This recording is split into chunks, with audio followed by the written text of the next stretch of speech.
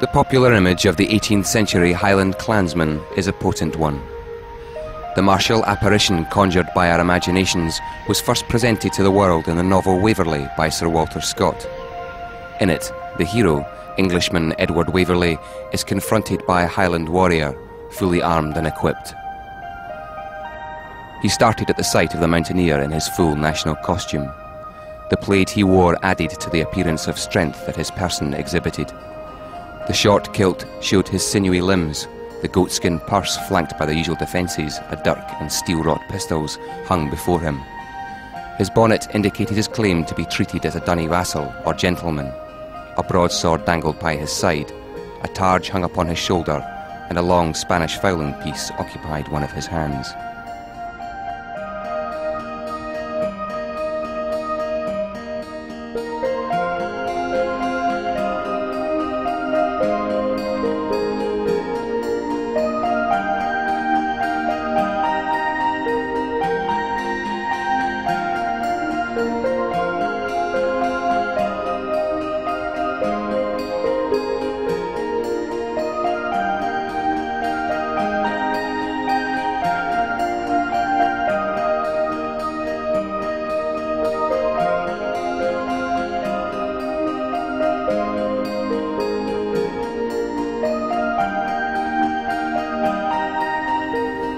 Of course, Scott was a romantic, but nevertheless such figures existed, and indeed were perhaps the most formidable warriors that the world has ever known.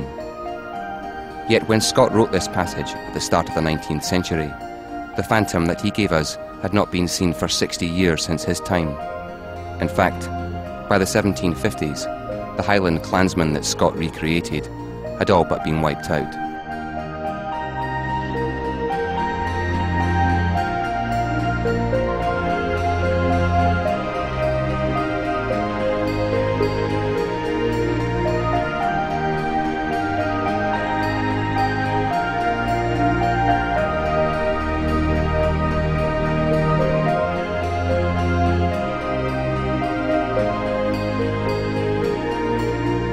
Scotland is an ancient country, but nowhere is that ancientness more apparent in both landscape and culture than in the Highlands. Doubtless it was the landscape that shaped and preserved the uniqueness of Gaelic culture, and that set the Gaels apart from the English-speaking Sassenachs or Saxons of lowland Scotland.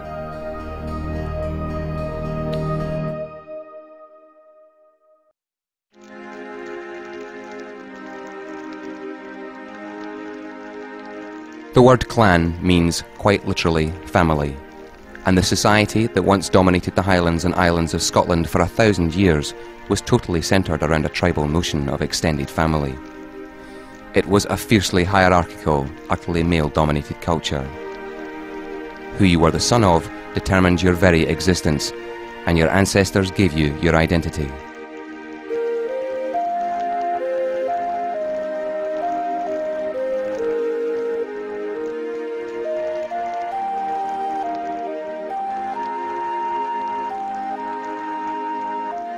Tales of their heroic deeds would be recited in great detail. Everything was passed on through word of mouth.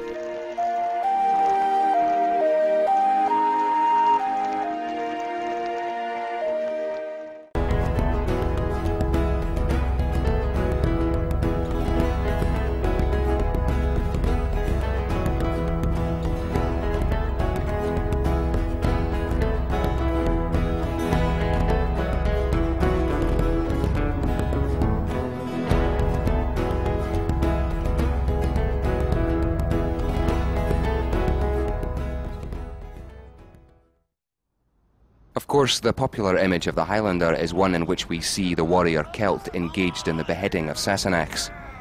But it should be remembered that the clans fought each other with a savagery and ferociousness that far exceeded anything that they ever unleashed on their southern neighbours.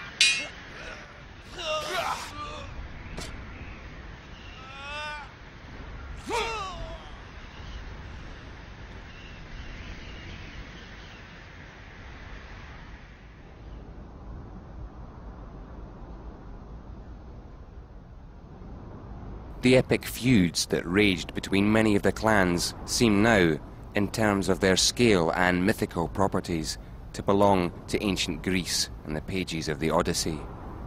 And indeed, they have equally Homeric-like names, such as the War of the One-Eyed Woman and the infamous Battle of the Shirts.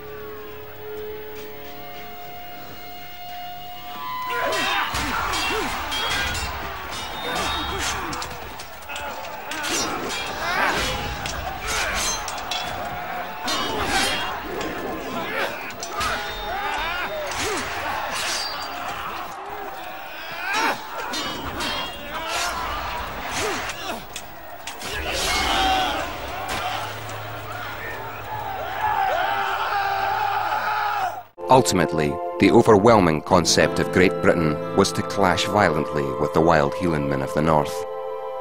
In the first decades of the 18th century, and in the wake of numerous armed risings, attempts were being made by the government of the day, by then based in London, to exercise some civil control over the rebellious clans.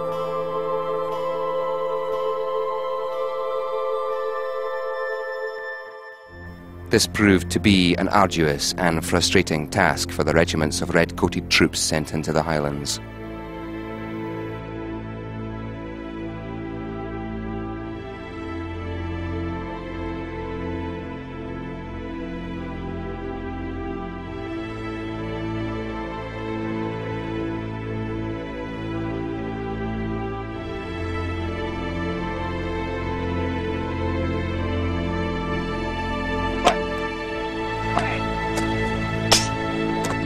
They faced savagely proficient warriors in territory that was equally as hostile. A landscape that, unlike the Redcoats, the clansmen could march over at great speed and vanish into with ease. It is in this struggle that we find the ultimate romantic vision, that of a well-drilled, musket-wielding military machine being confounded by the invincible Celt.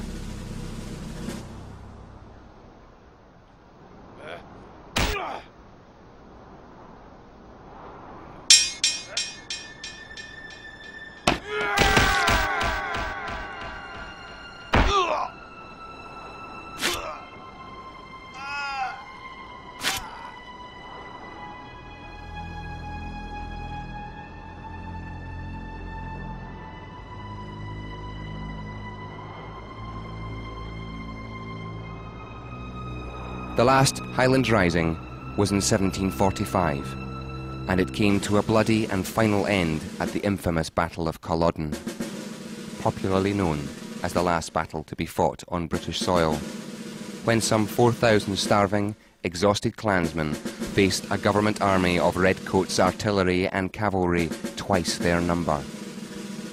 The sole tactic of the clans was the legendary Highland Charge.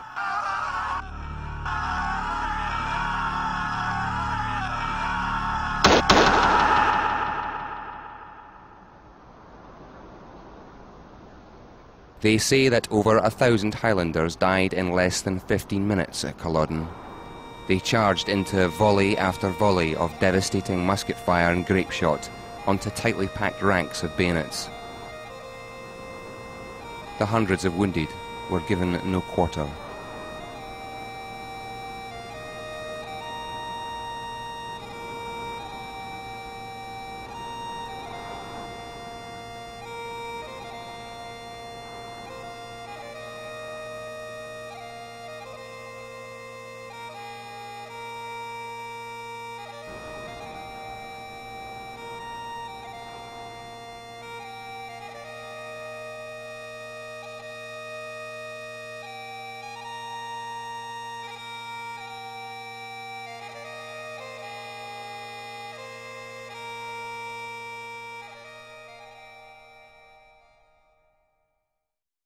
The period following Culloden saw a most brutal and indiscriminate suppression of Highland society. Suspected rebels were ruthlessly hounded, either shot on sight or dragged off for trial and execution.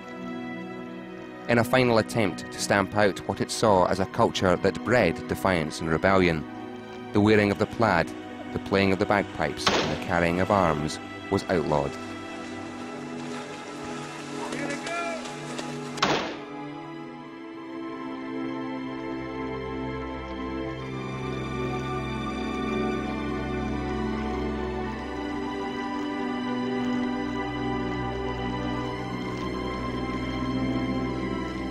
With their lives made impossible, many families left their highland glens for the colonies of North Carolina and Nova Scotia.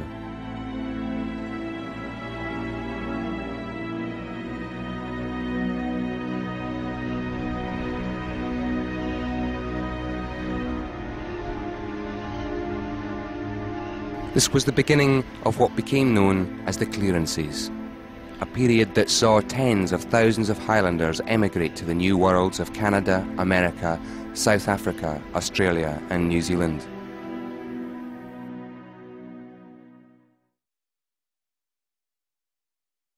Of course, the Highlands today are not just populated by sheep. These days, when the Highlander has nothing better to do, he can be found being an extra in whatever period film is in production. Thank you very much. You've all been excellent.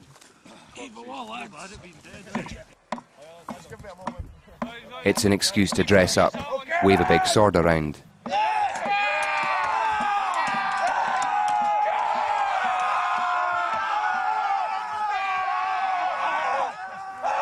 And it gives the tourists a wee thrill.